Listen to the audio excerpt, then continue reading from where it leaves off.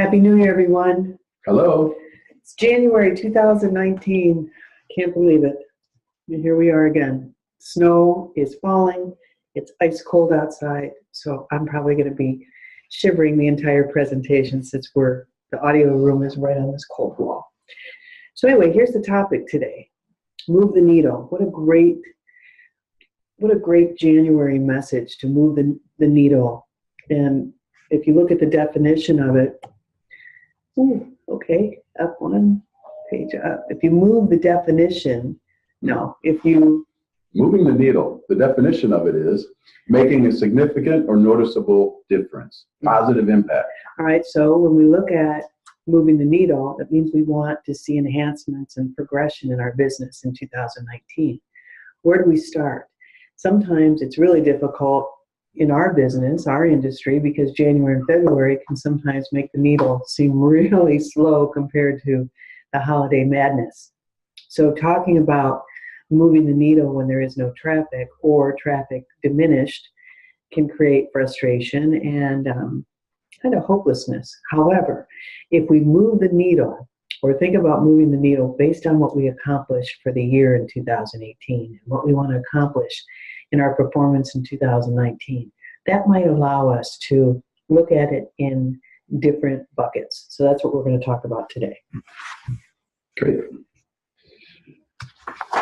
The biggest question I would have going into this is that in moving the needle, sometimes I think we take that for granted, that the needle's just going to move on its own.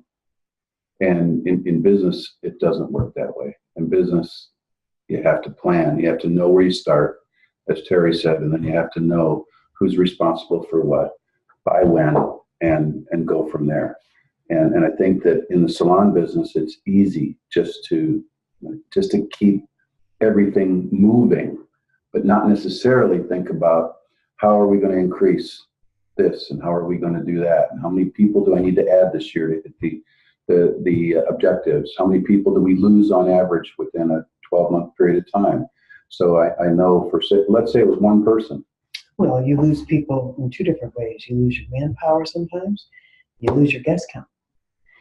And so both of those can play a huge factor if you're not managing the manpower of your business. So we're going to be talking about that too. But when you look at this next, positive impact, positive solutions, today, I'll give you an example.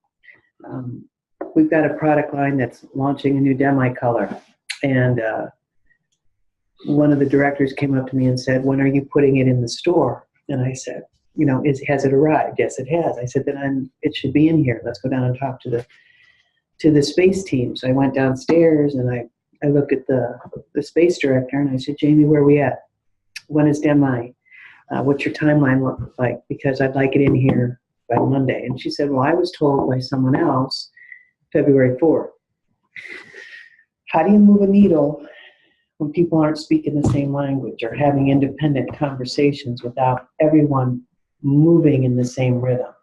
I didn't know that conversation had been had with her, and how could that get past me, or how could that get past another key position in the company?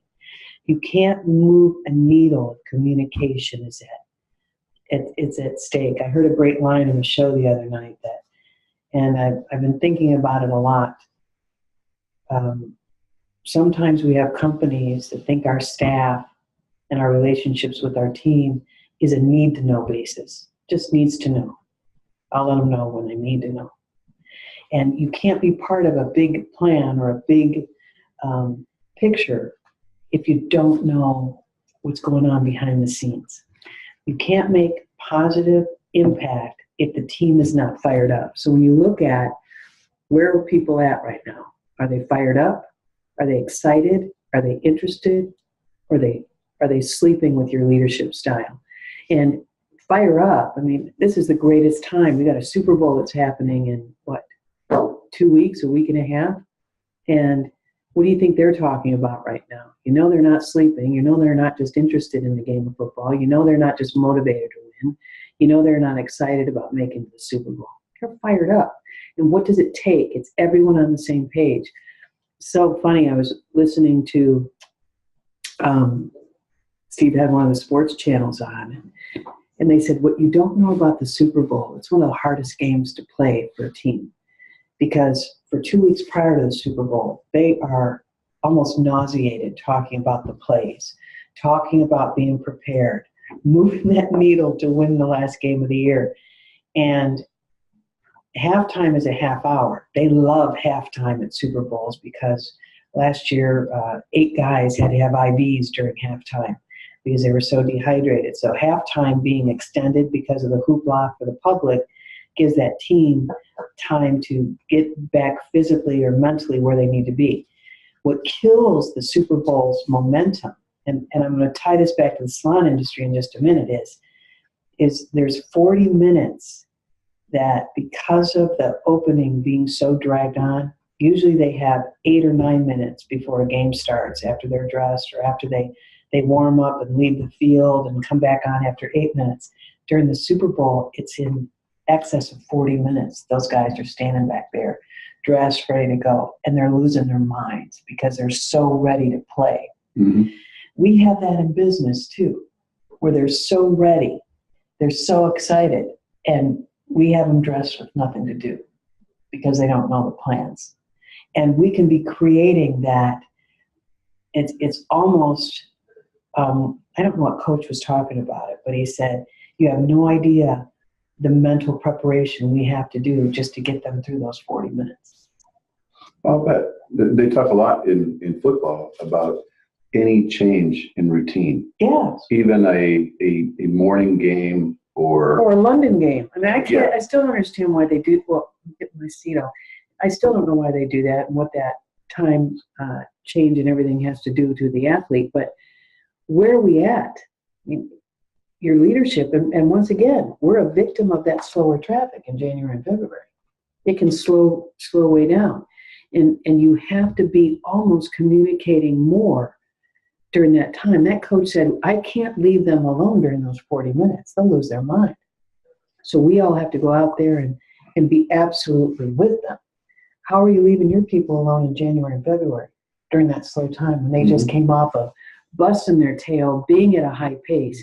You have to increase your leadership during that time. You know, it makes me think of the conversation that was had yesterday, and I had a similar conversation even today, talking about a salon taking on a product line and the difference between a yes and a commitment. Commitment goes along with moving the needle. You don't maybe move the needle. You have to commit to move the needle. And so what do they commit to? They have to commit to time. Absolutely. Time to prepare, time to implement, time to train. They have to commit to space in many cases. You might be projecting services or parts of the business or a bigger percentage of take-home sales to your service sales. And you've got to make space for that.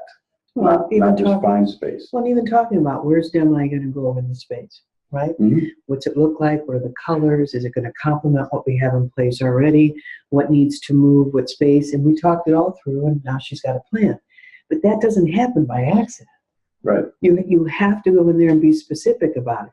And I said, how many bottles are coming in? What's the color look like? How much space do we need? How can we move to the other side and create awareness there? How are you going to celebrate this? But are we having those conversations with our team? I don't know. But many times we make changes in January. We don't really upset the apple cart going into November and fall. I mean, November, December. You're not going to change your color line going into the busiest quarter of the year. Now you're making changes. But every part of that change has to be discussed. Okay. So now we're going to, as we look at that fired up, went to Kate's volleyball game last week, and it's an 8th grade volleyball team, and boy, they're learning the game. But the biggest thing the coach said, is anyone here? Is anyone here? Can I hear somebody's voice on the court? Are you loving the game? If you don't want to be here, let's just go home. Let's give the other team the game. I don't hear and see and feel anything from you. I need energy. And you can hear it from the crowd. And I'm yelling, fire up, Girl Scout, fire up. Because that's always my favorite thing to say. But it's true. Fire up. And it's going to take so much leadership because they're going to have less money in their pocket, right? Mhm. Everyone's going to be sad and down. So it's cold outside for the people that are in the parts of the area that have a winter. How are you going to keep them fired up? And now, watch what happens. So now you have to listen to the energy or lack of it. We've talked about this before, but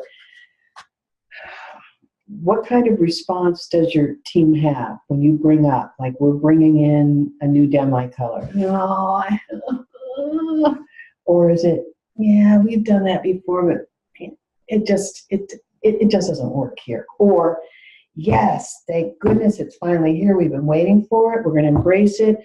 And why don't we do a demi promotion? What is your energy like of your team? And what's your energy of yourself like? This is all based on, when you look about moving the needle and wanting to create change, it's all about accountability. Accountability to the energy, accountability to the performance stats. Everything's about accountability. And even the way you want your team to respond, like that coach was saying, I've got to have something out of you, young ladies. She's looking for accountability on their energy. It's the same thing. So where is yours in your team right now? When we look at a temperature read about moving the needle, because it is based on the stats that happen in the business, where are we right now? And I'm going to list them so you could go back and fill them out. And then the next slide is going to show us an example of it. But what did 2018 prove? What did it prove in guest count? What were the total dollars? What was that average dollar or expenditure per guest? What was the service dollar? The take-home dollars, our rescheduling percentage. These key numbers is where we're going to want to move, because these are our big quality control checks.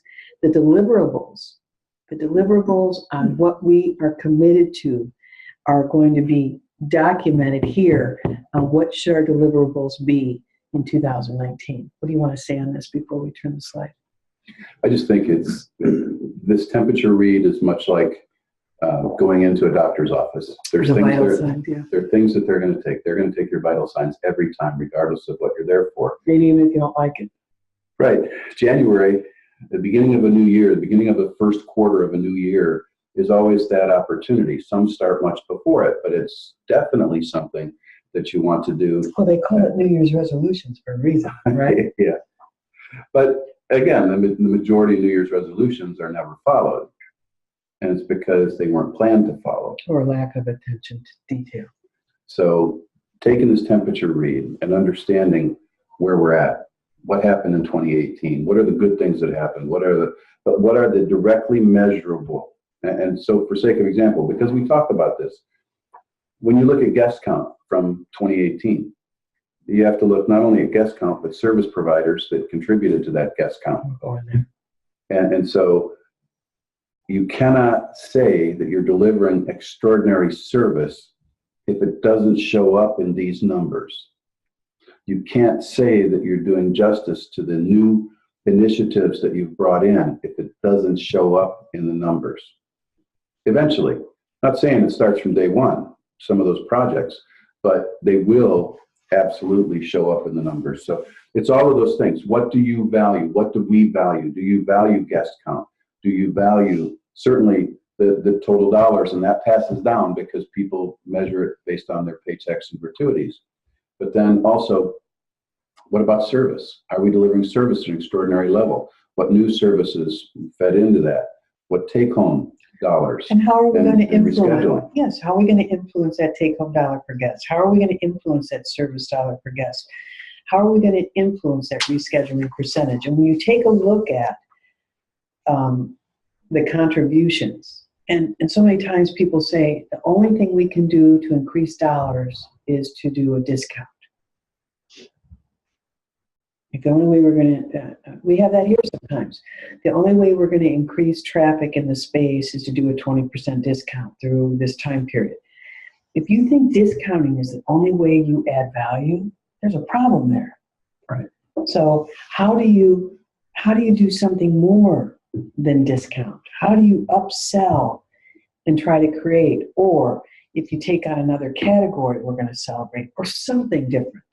Or if you change a cutting customer that's only receiving grooming from the salon and now they become chemically, enjoy a chemical service, how do we retain that kind of loyalty from them going forward? Mhm. So let's do an example. Let's say this is a salon, which it is. I rounded the numbers to make this easier, to make the math look easier. Their guest count for the year was 8,000 people. And their average guest per week was 154 guests per week. And you're going to understand how this all ties together. When you look at your guest count per week, what are you averaging? What do you know you need to bank on? We have magic numbers here, our internal chatter of number one, where we want to be, and what realistic is where we're at. So the total dollars they did was $480,000. We're sitting on a $500,000 business here, right? Mm-hmm. We've got an average dollar per guest of $60.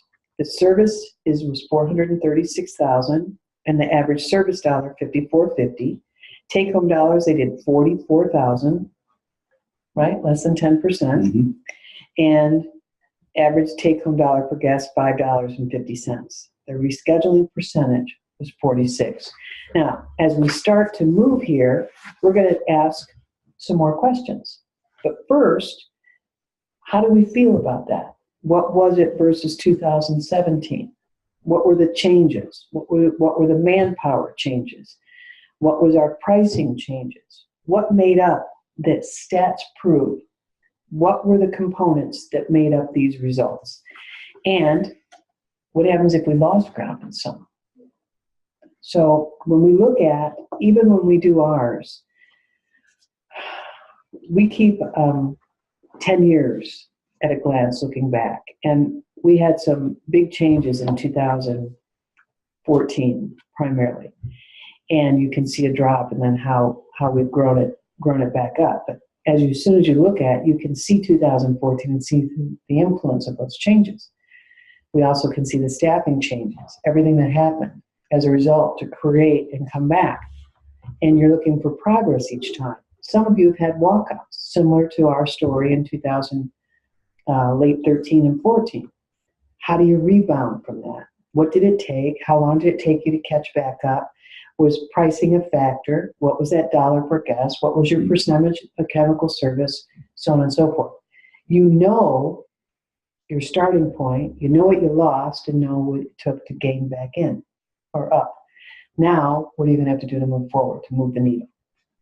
So when you look at this next slide, it talks about what manpower made up that productivity. Mm-hmm. How many man hours did we use for that productivity? Now, she couldn't give me this number, so what I did is I had to use one. What I do know is that there was 8 people working there that made up 154 guests a week. So even if you do 8 divided by...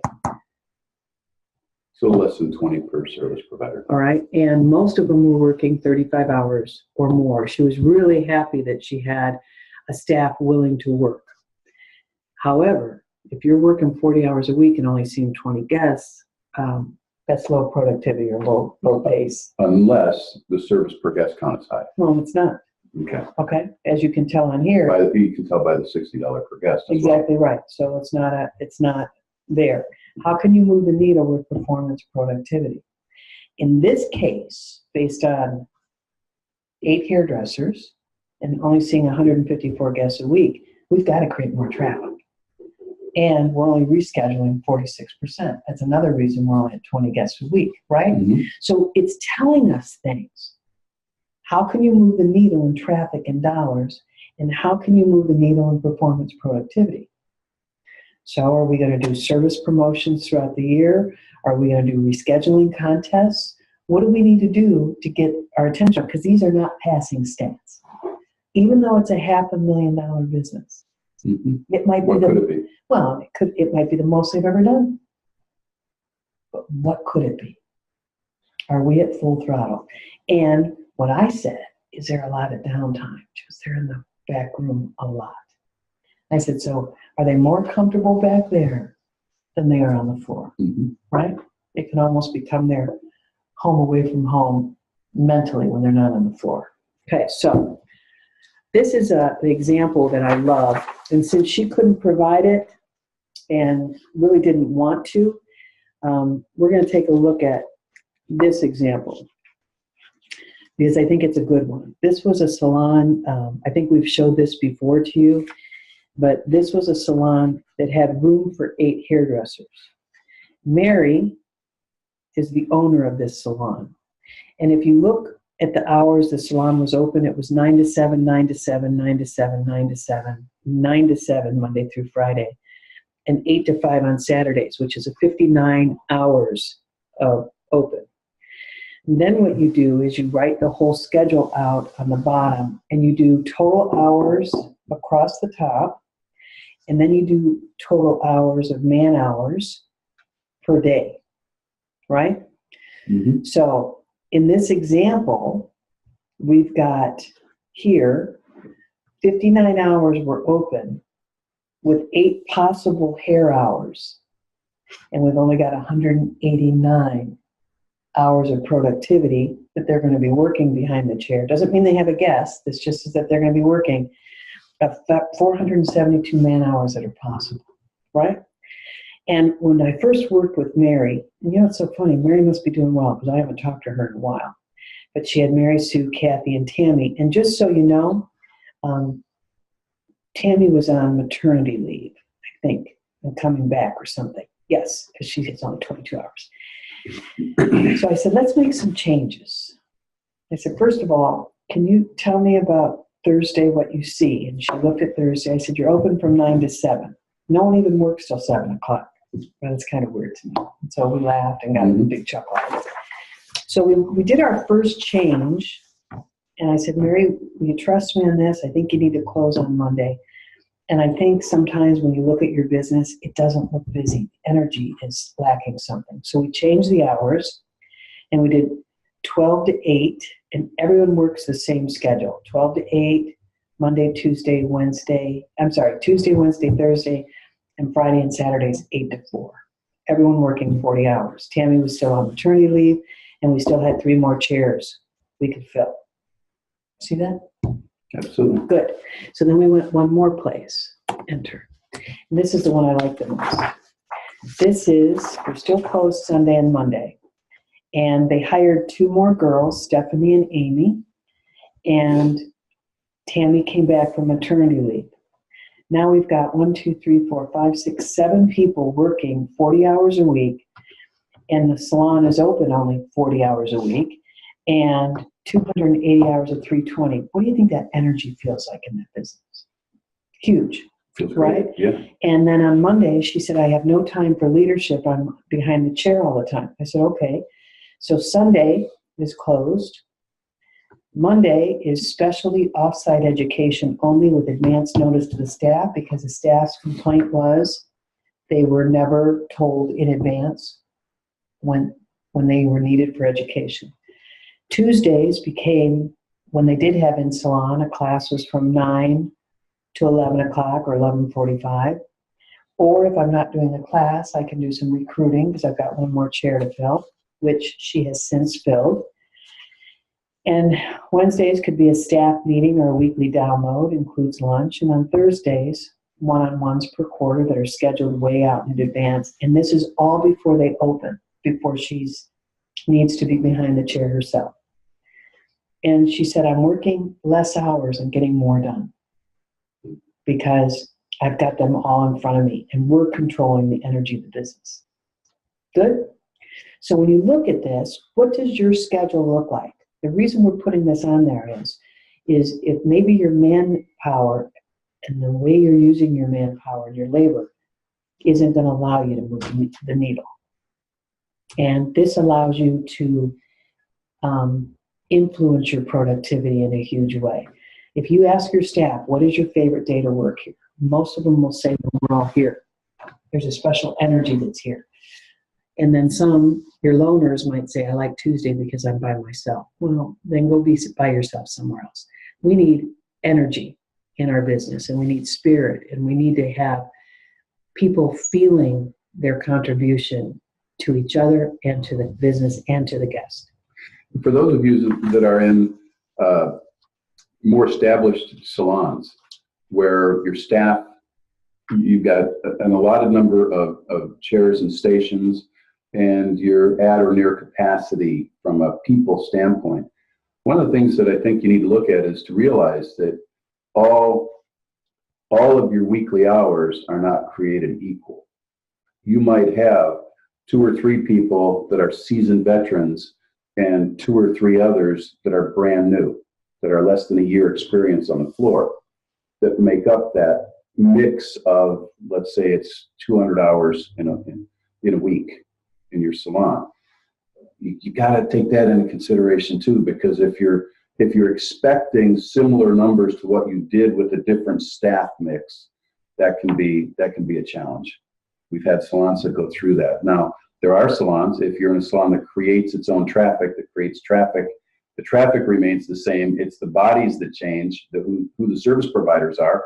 Maybe you won't see any difference in experience. But in a lot of the salons where experience also equals traffic and higher price, that price mix is going to have a huge effect as well. Well, and even in this example, the first 4 people might be averaging 1 guest per man hour that they're there, let's say. And we can bank on that they're all going to have 40 guests in there, let's just say. The new people might only be having 20 guests per week at first, until we build up their speed and build up their pace. It's what can you bank on? And that rescheduling percentages is huge for this, because it helps control the efficiencies of the scheduling. So many times when we look at scheduling that happens because the phone has to ring and maybe we don't have enough people facilitating, there are so many holes in the schedule that we've allowed a lack of productivity to happen because the scheduling wasn't maximizing the labor. And it's also, you've heard us say many times, that it's every team member's responsibility to create a repeat guest. Everyone is focused in the direction of creating that repeat guest. The only way to know for sure if we have is if they set up a reservation for a future appointment today before they leave. That's the way we ensure that. So what we value needs to equal up with what our behaviors are. So if we say we value repeat guests and we're not giving them an opportunity to reschedule or set up a future reservation or making a priority on that, then we're not living in reality what we say we value. Talk about the schools. I mean, that rescheduling percentage blows me away still. Well, and that changes with our clinic classroom, who's on it as well and what their experience is. I know that they also graduate and for sake of example, in our people will always say that you're not going to get a loyal guest in a school unless they're just there for price. Well, the reality is that not so different than what you said the salon was with a 46% rescheduling rate or future appointment rate. Our schools on average come out to about 45 to 48% every month. Now, are there months where we've been less than that? Yes. Does that put us in crisis mode a little bit internally? Yes, because when we read the number, if it's less, it says that there's a teaching opportunity there. Or did you have change or turnover at the front desk? That was not being able to facilitate. Everybody in the lineup, and just the service desk, with the learning leaders, with the future professionals, with what's being taught in the classroom, it all layers onto one another. Exactly. And it's no different than that in a salon. Of course. If we've got a group of people, what happens in most salons is there's a handful of people that have already learned how to set up future reservations, and they're clipping along at 85 to 95% every day, every week, every month. They're scheduled, and they're scheduled out in advance. They know how to do it. They know the dialogue. But then you've got the rest of the salon, which is usually at least half of it or more, that hasn't learned that yet. They think that they're wide open. So why would I want to set up a future reservation? So they don't. And the reality is that there is no effort really in training and checking to see how do we bring those people. If you got a group of people who know how to do it and a group of people who don't know how to do it, how do we bridge that gap? How do we make sure everyone knows it? How do we make sure that our values and our behaviors line up Well, together? that's absolutely the definition of moving the needle, right? So if we look at everything that we need to do now. Ooh, there was the one. Sorry, I never pressed it. So this is the one where we've got one chair still open, but she has since hired. She's got 8 people working 40 hours a week, same staff, and they cover for each other and have each other's back. If someone has to go to a ball game or someone has to see soccer practice or whatever, you've got a team in place that really help each other. It's unbelievable the community that she's created when there wasn't one at first. Everyone was very, very independent thinking, independent influencers. I think that's the best way to say it. I was watching, there's a clip I want Brian to record for me from Drumline. Did you ever see Drumline? It's a great, did you ever see it? It's a really good movie. And what do they call the manager of the Major.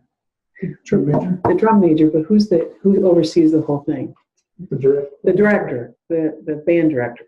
So his band director is talking to one of his leaders, and he said, when you were at your best is when you liked the sound of the line more than you liked your own drum. When your ego got in the way or you changed, you liked the sound of your own drum more than you liked the sound of the line. And what I heard from that was, sometimes we have egos in businesses that like the sound of themselves. And in a salon, it could be, I like the sound of my own chair and my own work and my own dialogue more than I like the sound of the salon. And you've got to find a way to say, I love the sound of this salon more than I like my own chair, because it all works together to make great music. And I think that's what's key here in moving the needle, is to understand that you're asking them all to work together and to listen to each other. When you're playing in a drum line, you really have to honor what the other drummer is doing next to you. And when they play, sometimes I look at them like, are you kidding me? With those sticks flipping around and doing everything that they do. This is a powerful message. So in your salons, what's the sound of your salon versus the sound of a hairdresser? Be careful. I like to call that sometimes creating monsters in business. They start to believe their own press. And even in professional athletes, sometimes you get a wide receiver that's going to pout, or you go back to Cuba, and when he was playing in Jerry Maguire, he loved the sound of himself more than he loves the sound of the team winning together. And that's what can stop a team from running wrong. Mm-hmm. Like that Johnny football dork, whatever who he was. So let's say we're going to have a plan of action now. What are we going to do? Let's say we want to increase our prices. We're going to go up $5 in color, because a lot of times people decide to make those changes in January. We expect an increase in the service dollar per guest. We're gonna say the influence we think is going to go from $65 to $68, which is $3 per guest. How are we going to monitor that? What happens if it goes higher than that? What happens if it goes below? I think this is a conservative. If you're going up $5 per guest in color, is it really going to be overall only a $3 influence overall to the ticket? We need to look at that. We want to increase our man hours from 190 to 280 in our week. Does that mean we have to hire? Are we asking people to take on more responsibility? We want to increase our guest count from 8,000 to 10,000 this year. And what's the impact? 2,000 or divided by 50 weeks, that's 40 guests per week. How are we going to do that? Is that doable? Do we break it down? Do we ask people that we're looking at your man hours? Or do we look at that rescheduling rate? We want you all to take on 4 more guests per week. I don't think that's asking a lot. But if you don't break it down like this, you're going to get the same result, right? So if we look at this, so we have 8,000. Thank you, Brian. We've got 8,000 guests right now divided by 52 weeks is an average of 154. 10,000 divided by 52 weeks is 192. Do we need to hire to accomplish this traffic growth? Maybe. Maybe we've got it on, it's 38 more guests per week. How are we going to accomplish that? With a salon of 8 people, that's not that hard. But what happens if we need 90 more hours per week to contribute to this? Can anyone work more hours at the staff that we have, or how are we going to accomplish this? Maybe we need to prepare in advance, get 2 people in training. That would be $900 a week. Can we afford that? Can we afford $900 a week, right? Mm-hmm. To get them trained and hire in conjunction with a price increase. Sometimes people don't think like that. Say, we're not going to hire until January because we're doing a price increase, and that price increase should offset my labor costs to take care of that hiring. And if we can get 10,000 guests at $68, we just projected ourselves at $680,000. How we move the needle is all these things, not just one of them. Right.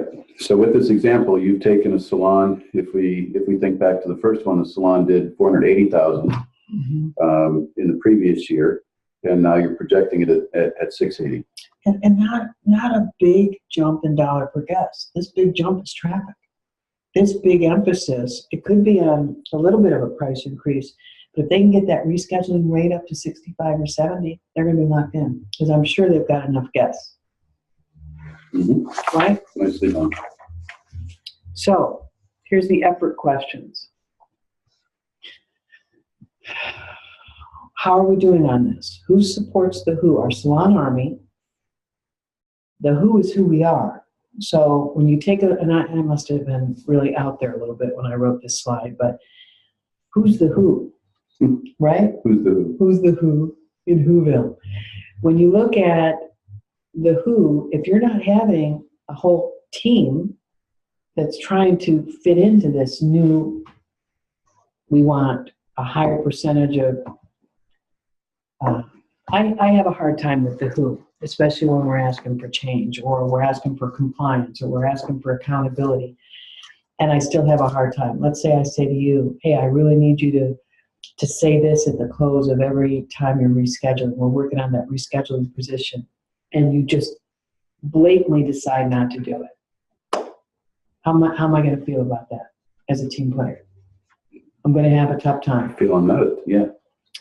And this is who we are, and this is how we have to do this to move the needle, and all of you are going to benefit, the salon's going to benefit, our energy's going to benefit, and I can't afford to have anyone that sabotages it. Right? Right. And if you had to say in my leadership style, where do I struggle the most? Right here. When there's a lack of accountability. Yes. And someone just saying, I'm just not going to do it. What will we accomplish? What we're telling them is, we've got the what, we've got the where, we haven't held the who accountable, right? You can't do this without accountability. You just can't. I'm looking for you to have 40 hours a week. I need your guest count to go from 30 guests to 34 a week. I mean, if you don't have engagement for people all in, you're going to struggle. Where? Our salon home, we know the location. All in, every day, be known for it. I want you to just give me those 34 guests. Know the why behind everything and everyone. You're asking for 34 guests at $68 per. Yeah, that's not it. So it's not just 34 guests, I'll get everybody I know in for a haircut. No. But with the menu that most people have, it's doable. It's totally doable. I'm just What's saying. your average guest check at the school? I'm saying you can't. No, seriously. What's your average guest check at the school? It's about 33, And your average haircut price? 15. Yeah. How are you doing that? Because of price? Is the only reason your guest check average is that is because of price? No. No. So it's all about the disciplines and saying, this is how we do it here.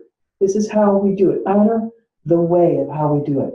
Honor the consultation, honor the greeting, honor the extras, honor the team support, honor the close of the sale.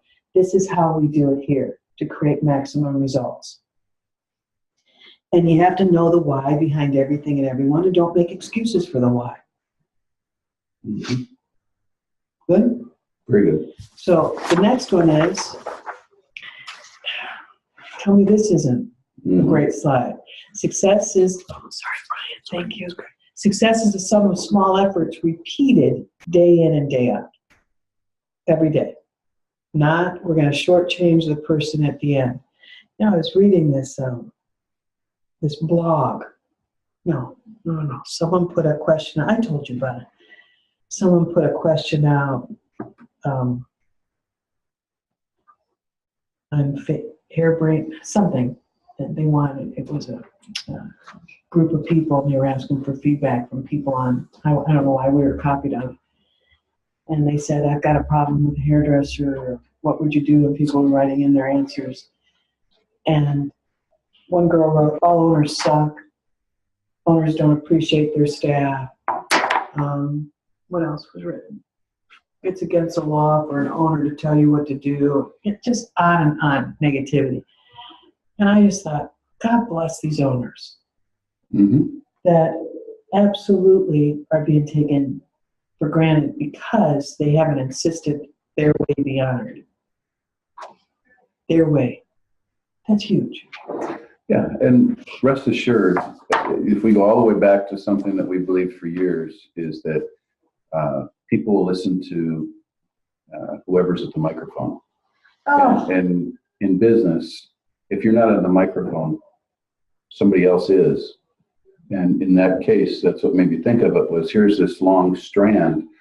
What I wanted to think of is what's going on in the salon? Well, who has the microphone? What are they hearing or what aren't they hearing? There's times, because you have on Steve's multiple intelligence, ours couldn't be more opposite. He's a combination of the two craziest ones. He scores the highest in interpersonal and intrapersonal. So when you have to, you include others.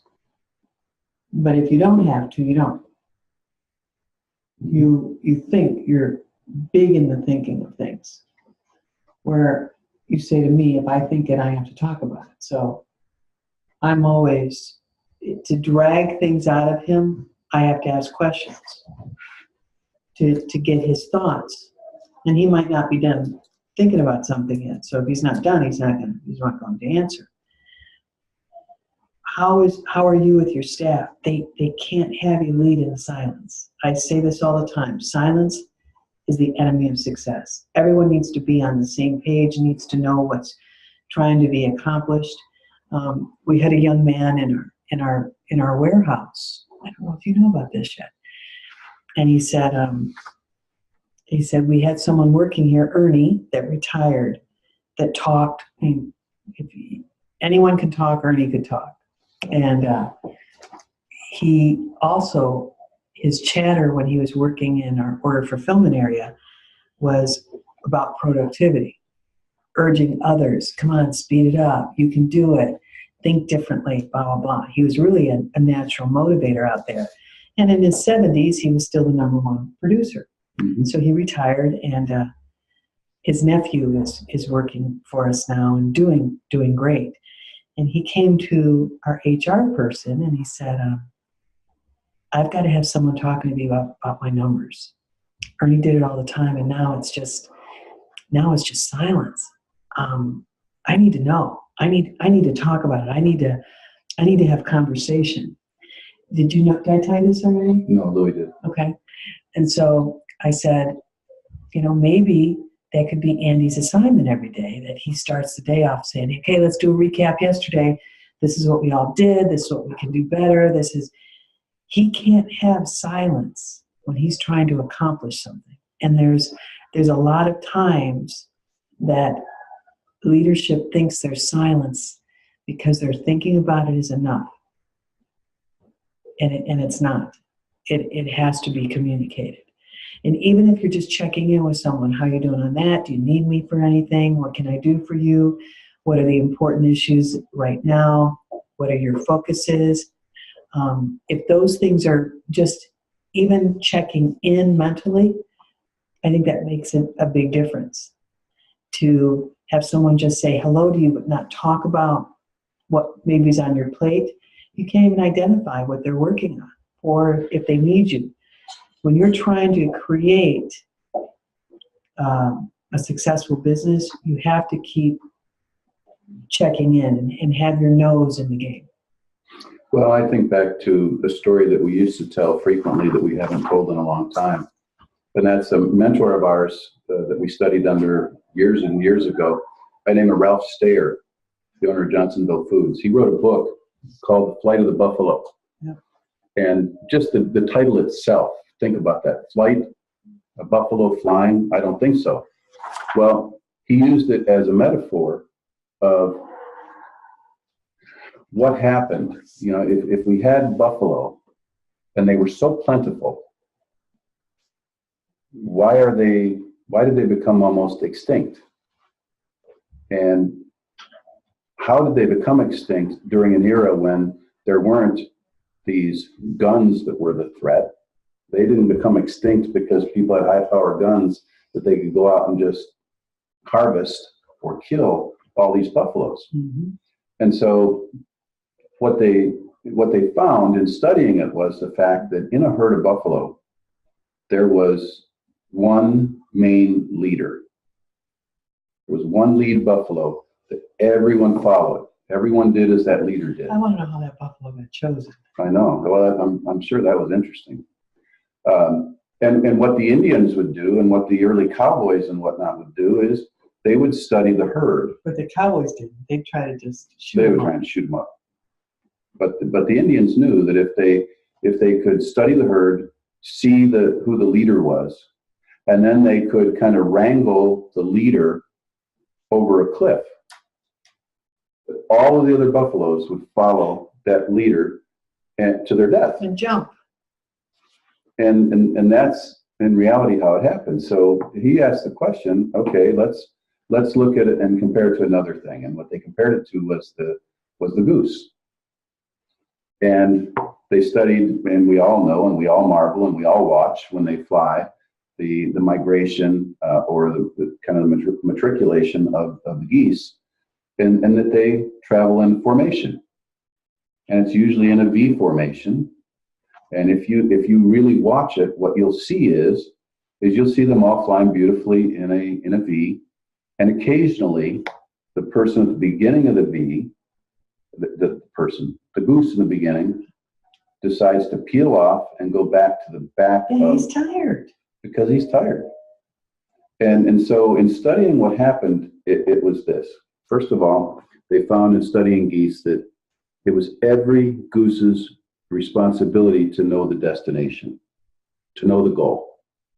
Now, all of the wind tunnel tests and everything shows us how much farther and how much less effort it takes when they're in the V. So it's scientifically proven that they do this, but in order to do it, it requires every goose to know the definition, the destination and the goal.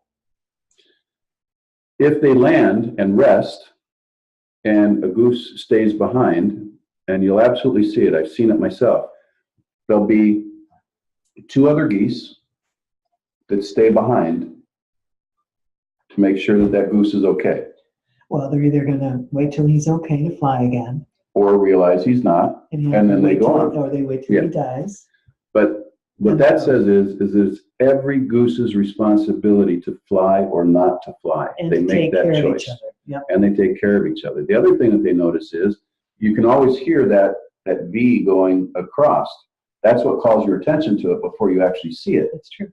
And that noise are the geese cheering each other on. That's the sound. What made me think of it was you talking about Andy and needing to hear that kind of encouragement audibly. That's what the geese do. And so the challenge that we have as a business is do we want to be a buffalo where there's one leader and that's the only person that knows the destination? Or do we want everybody to know the destination? And do we want everybody to be responsible at one point in time or another to lead? They lead daily. Your people lead daily in your salon. When it's their turn, if they know the destination, if they know where we want to wind up, that's really the key. So success is in the small efforts, repeated. It doesn't say repeated by the same person. It's repeated. If you want a success of a person, then they have to have all these small efforts repeated daily. If you want the success of a business, The business has to have their people putting out these small efforts and repeat them daily. So when you look at, remember we were watching the New England game and you said, why are they letting that wide receiver catch the ball? He's not even that good. But he catches, it's his favorite receiver. Yeah, Danny Amendola. I think that's Well, he's who it was. good. Edelman. No, it was Edelman. Amendola's gone. It was Edelman. He's not that fast. He's not the fastest receiver that there is. But Look at his stats. his stats are amazing. And that's because there's a chemistry and he does the little things and he gets open. He has to get open going up against athletes that are better than him. And faster than he is. Yeah. And faster.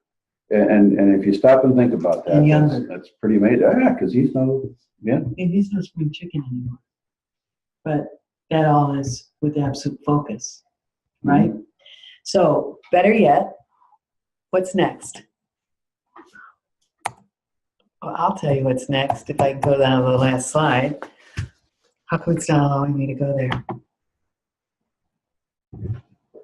Is there one more slide? There should be.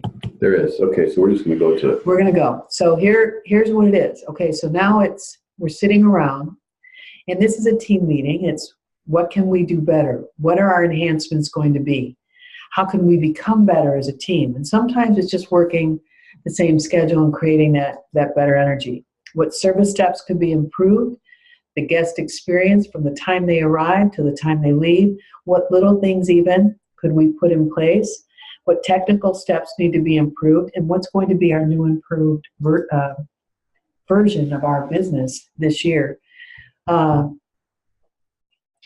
doing some things at PSC, and one of the things that we're going to be launching in 2019, I can't tell you exactly because we're still in the beta test, and we've made reference to this in other e-learnings, is B2B, business to business online efforts for you to be able Online order for you to be able to order from us. And it's not that we don't think our other ways that we take orders are good. I think that our service staff, especially in Salon Matters, is second to none. And then online ordering or faxing an order in, emailing orders in, having a 24-hour answering service should you need us. They're very good, but we also know that you want the convenience of operating your business and working on your business 24 hours a day. And our business isn't open 24 hours a day. So we're going to be providing that. It'll be a new, improved offering, right? Mm-hmm. And there's other things that we'll be listing. Every year we put, and Trish just happened to walk in the room right now, but every year we put out a new calendar for 2019 or the new year coming in. And we put a lot of thought into it. She questions and watches very closely to see what the needs of the hairdressers are and what programs are people requesting. Are they preferring workshops over look and learns? Do they want to have hands-on? Is it the same people all the time that are using the same things? What does our in-salon offerings look like? How are we capitalize on recruiting educators? All of those create a new improved version of PSC every year. The lines that we represent will be bringing new things out.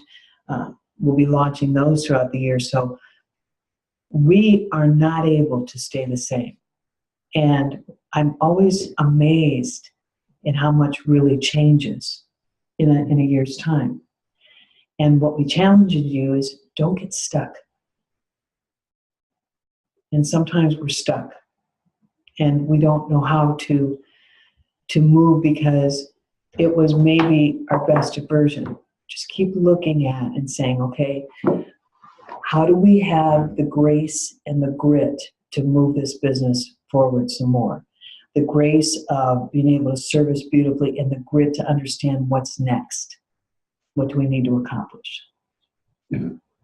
And the grit to keep moving forward. Yes. Every single day, in one way or another, one step at a time, small efforts repeated day in and day out. And that's grit. Even at PSC, I mean, there's sometimes the business can get bigger and wider in some areas than we even thought. We need more leadership on this. We need another set of eyes on this. Maybe we've got someone that has to need to, for our deliverables, they have to handle this part of the operation in shipping and receiving. Maybe someone else is going to handle all the inventory, the comings in and goings out. Someone else can take a look at inventory management as far as defectives and other things. We sometimes have to create specialties in our company to help leadership, that when something gets too wide, one set of eyes isn't enough. Well, it's no different. And in the school world, we have a cutting specialist, we have a color specialist, we have a texture specialist, we have a men's specialist. And a sales specialist. Yeah, we got a sales leader. We've got a take-home team. There are people and groups that are natural groupings in a business, and it's a matter of seeing them, allowing them to do what it takes, first of all, to become extraordinary, and then to share it. Mm-hmm. Moving the needle. There's times, even in our company, where another division doesn't know how to honor another division, right? They take a look at it and they think, they always make it look easy. There can be, sometimes even at PSC, we can make something that is very cumbersome and make it look easy, and another department could think, that's not a big deal. And yeah, it's huge effort. I mean, we just ran a race on that one. Mm-hmm. So that's another thing. But what's the new and improved version going to look like when you move the needle for 2019? There's some new things that are coming this way from PSC, new offerings that we've never offered before. Exactly. I'm excited about that too. And that's going to bring on a whole new series of education, other requirements, inventory controls. When you are starting to represent a SKU you've never had experience in, it's going to take something from us. I remember when we first launched color, and you said, oh my goodness. Yeah. And that was 20 years ago, right? It was. And when we launched color 21, and I thought, well, how can it be so different? Oh boy, don't be out of 6 Ed, right? That's right. Or 20 volume. 20 volume or 6 Ed, but you don't know that until you get in that category. And when we get into this new category that we're going to be getting into with one of the lines that we represent, it's not going to be trial and error, but boy, we'll be asking more questions than we usually do, because it's something new. And to become the expert, we have to do our due diligence and use every resource we can. All right, everyone. Thank you so much for spending time with us. If you have any questions that you'd like to discuss with us privately, please don't hesitate to give us a phone call at PSC. Thanks for your time. Have a great month. Talk to you soon.